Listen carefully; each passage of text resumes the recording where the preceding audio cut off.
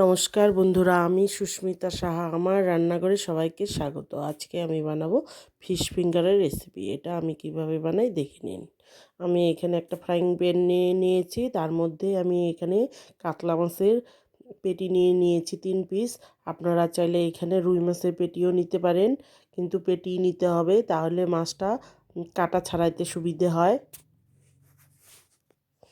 এখন আমি সেদ্ধ করে নেব লবণ হলুদ দিয়ে। আমি 1 পিঠ 5 মিনিট সেদ্ধ করব।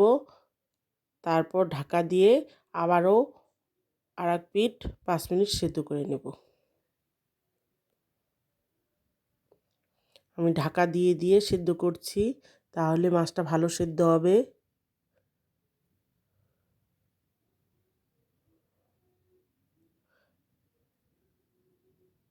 আমার মোট 10 মিনিট লেগেছে মাছটা সেদ্ধ হতে। তারপর আমি কাটা ছাড়িয়ে নেব। এখন আমি মাছটা উঠিয়ে কাটা ছাড়িয়ে নেব। তারপর জলটা ফেলে আমি তেল দিয়ে দিয়েছি জলটা ফেলে। এখন আমি পেঁয়াজ দিয়ে দিব তেলের মধ্যে। আমি এখানে সর্ষের তেলে করব রান্নাটা, আপনারা চাইলে এখানে সাদা তেলেও করতে পারেন। আমি এখানে 2টো পেঁয়াজ নিয়েছি, পেঁয়াজটাকে আমি ভেজে নেব। পেঁয়াজটা ভেজে নিয়েছি। এখন আমি দিয়ে দিচ্ছি আদা বাটা রসুন বাটা। আমি আদা বাটা রসুন বাটা দিয়েও পেঁয়াজের সঙ্গে আবারও ভালো করে নাড়াচাড়া করে মিশিয়ে নেব।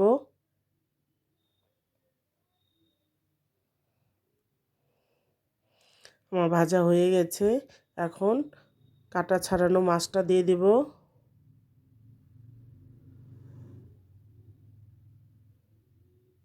আর দিয়ে দিব কাঁচা লঙ্কা কুচি 4-5টা। আপনারা ঝালটা বুঝে দেবেন।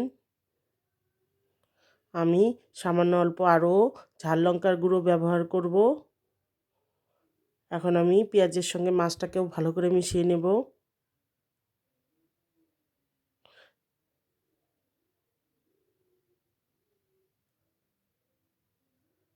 পেঁয়াজের সঙ্গে মাছটাকে মিশিয়ে নিয়েছি। এখন দিয়ে দিচ্ছি হলুদের গুঁড়ো, জিরের গুঁড়ো আর সামান্য অল্প ঝাল লঙ্কার গুঁড়ো।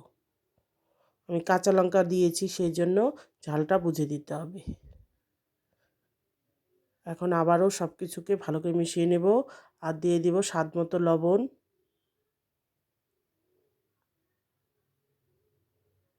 ভালো করে মিশিয়ে নাড়াচাড়া করে নেব 5 মিনিট।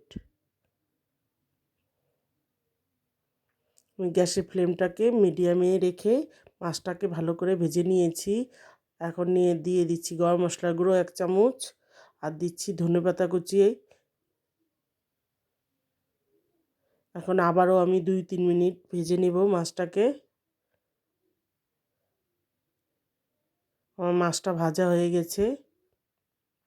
এখন উঠিয়ে নেব একটা পাত্রে আর গ্যাসটা বন্ধ করে দেব।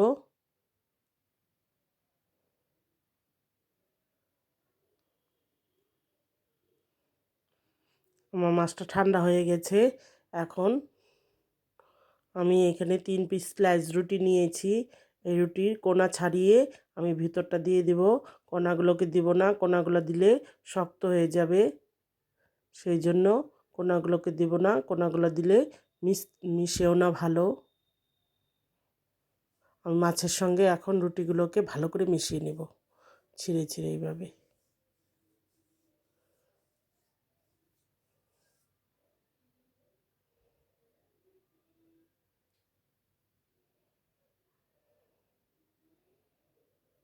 এখন ভালো করে মিশিয়ে নেব।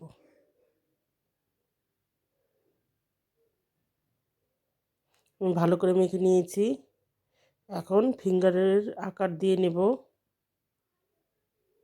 আপনাদের ইচ্ছার মতো সাইজ করতে পারবেন।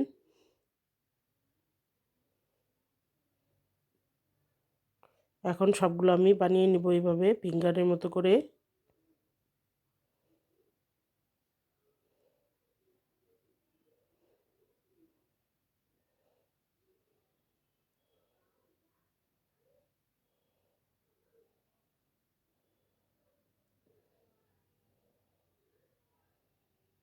তারপর এখানে দুটো ডিম নিয়ে নিয়েছি।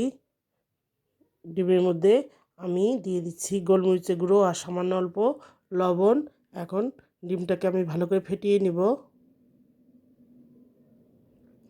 আমি ডিমের সঙ্গে গোলমরিচের গুঁড়ো আর লবণ ভালো করে মিশিয়ে নিয়েছি। আর এখানে আমি নিয়েছি একটা টোস্ট বিস্কুটের প্যাকেট, যেটাকে আমি গুঁড়ো করে নিয়েছি।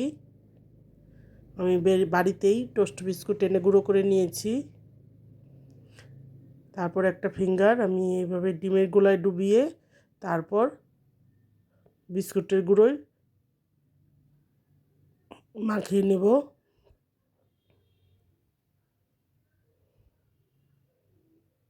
তারপর আবারও ডিমের গোলায় ডুবাবো। তারপর আবারও বিস্কুটের গুঁড়ায় মাখিয়ে নেব। এভাবে 2বার করে কোট করে নিতে হবে। আপনারা চাইলে 3বারও কোট করতে পারেন, কিন্তু একবার কোট করবেন না, তাহলে ভালো হবে না খেতে, আর ভেঙে যাওয়ার সম্ভাবনাও থাকে।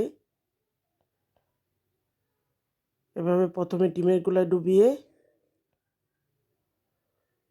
তারপর বিস্কুটের গুঁড়োতে এভাবে কোট করে নিতে হবে।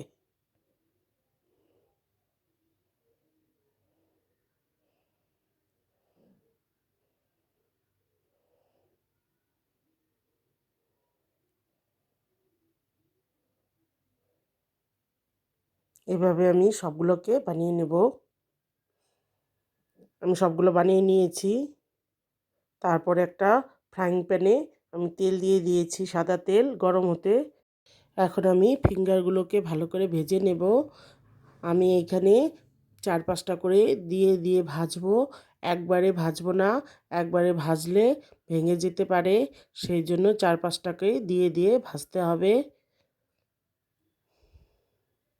আর মিডিয়াম ফ্লেমে ভাজতে হবে, হাই ফ্লেমে ভাজা যাবে না। হাই ফ্লেমে ভাজলে ভিতরটা কাঁচা থেকে যাবে, সেই জন্য মিডিয়াম ফ্লেমে ভাজতে হবে। একটু টাইম নিয়ে আমার এক পিঠ হয়ে গেছে। এখন আমি চামচ দিয়ে আর এক পিঠ উল্টিয়ে দিচ্ছি। এভাবে হালকা করে চামচ দিয়ে উল্টে দিতে হবে, বেশি নাড়াচাড়া করা যাবে না, তাহলে ভেঙে যাওয়ার সম্ভাবনা থাকে।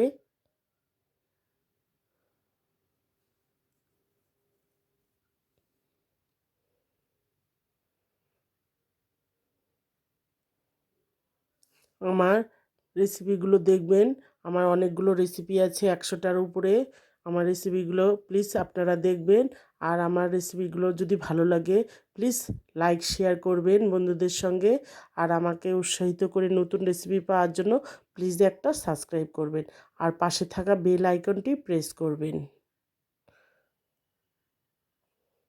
আমি যখনই কোনো নতুন রেসিপি দেব সবার প্রথমে আপনাদের সামনে পৌঁছে যাবে। একটা এখন ভেঙে দেখিয়ে দিচ্ছি, দেখুন কতটা সুন্দর হয়েছে। এইভাবে করে খাবেন, আর ভালো থাকবেন, সুস্থ থাকবেন। ধন্যবাদ।